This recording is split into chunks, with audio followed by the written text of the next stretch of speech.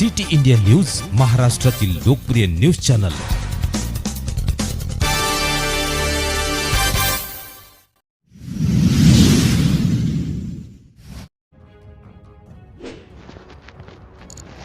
मतदारसंघातील जनतेच्या आशीर्वादाने आमदार झालो, आमदार चंद्रकांत सोनवणे यांचे उद्गार।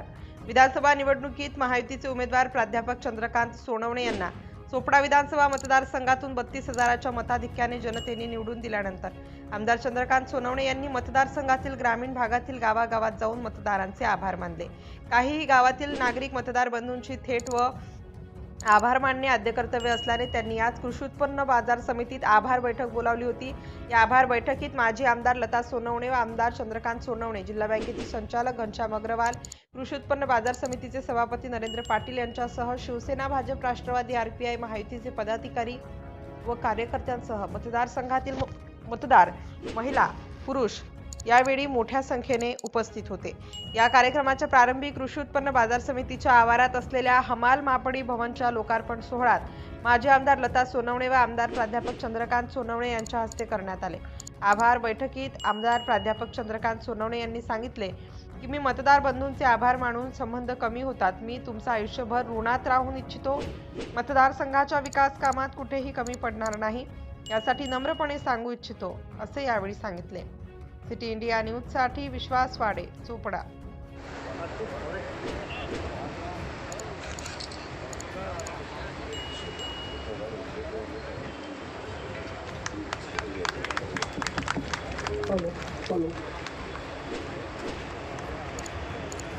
बंधूंना आग्रहाची विनंती करतो, भरपूर अशा खुर्च्या रिकाम्या आहेत, कृपया आपण बसून घ्या, कृपया बसून घ्या। मागे उभे असले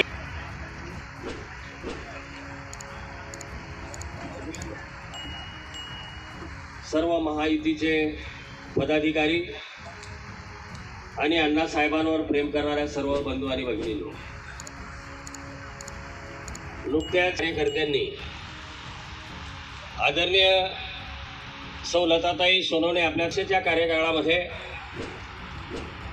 ज्यांच्या मार्गदर्शनामुळे विकास झाला म्हणून दिलेत आणि तालुक्याच्या या इतिहासामध्ये एक अभूतपूर्व अशा मतदानाने आपण सर्व मिळून अण्णासाहेबांना विधानसभेवर पाठवलं। आपल्या या सर्व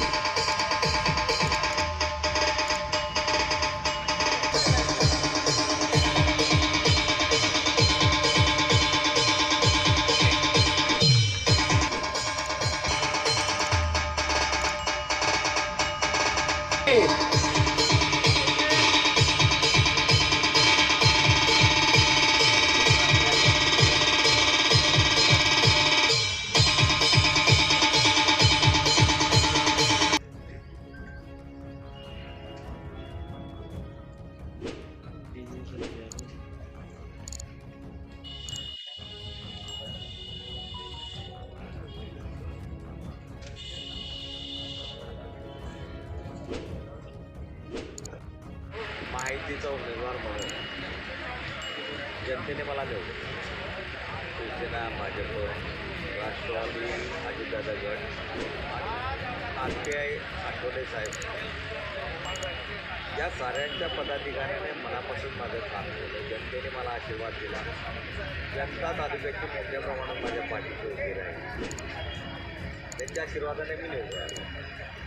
मी प्रत्येक गावात जाऊन प्रत्येक गावाच्या यांनी मदत केली, त्यांचा आभार मानण्यासाठी प्रत्येक गावात गेलो, त्यांचे आशीर्वाद घेण्यासाठी प्रत्येक गावात जात असताना कुठे कोणत्या गावाला उशीर होत होता, कधी लवकर जाणं होत होतं, काही लोकांच्या पर्सनल कामामध्ये त्यांच्या माझ्या भेटी झालेल्या होत्या।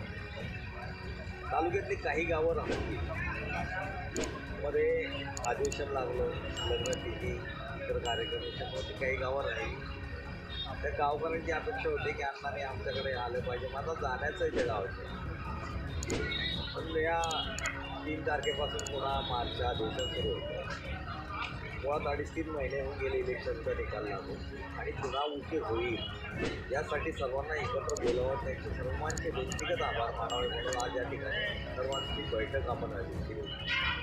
शिवसेनेचे पदाधिकारी, भाजपचे पदाधिकारी, राष्ट्रवादी अजितदादा गटाचे पदाधिकारी, RPIचे पदाधिकारी आणि ज्यांनी मदत केली त्या सर्वांना आपण विनंती केली होती किंवा ज्यांचं राहिल्या असेल आभार मानायचे त्यांच्यासाठी आपण हा आभाराचा कार्यक्रम आयोजित केला. मार्केट कमिटीमध्ये तो आभाराचा कार्यक्रम घेतला आणि पुन्हा लोकांचे आशीर्वाद घेतले, त्यांचे आभार मानले, त्यांच्या ऋणात आहोत. महायुतीचा उमेदवार म्हणून आदरणीय एकनाथराव शिंदे साहेबांनी मला तिकीट दिलं. आदरणीय देवेंद्रजी फडणवीस साहेब, आदरणीय अजितदादा, आदरणीय गुलाबरावजी पाटील, आदरणीय गिरीशभाऊ महाजन, आदरणीय रक्षाताई खडसे, आदरणीय अनिलदादा पाटील आणि आदरणीय लता सोनवणे या साऱ्यांनी माझ्या पाठीमागे होते. ही इलेक्शनमध्ये साऱ्यांनीच मदत केली. मग मदत करत असताना खासदार माजी गोविंदा जे आले दिलीप शाह त्यांनी मदत केली. त्याचप्रमाणे गुजरातचे आमदार तेही आले होते, त्यांनीही मदत केली.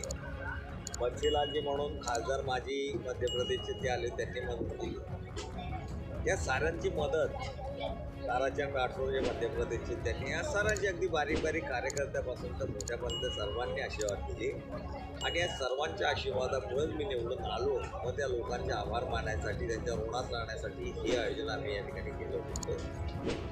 काही गावं राहिली त्या गावांना भेट देण्याचा माझा प्रयत्न राहीलच. कामं असेल त्या कामाच्या भुलभुलण्याच्या निमित्ताने किंवा व्यक्तिगत त्या गावाला जाऊन त्यांचे मी आभार मानणार.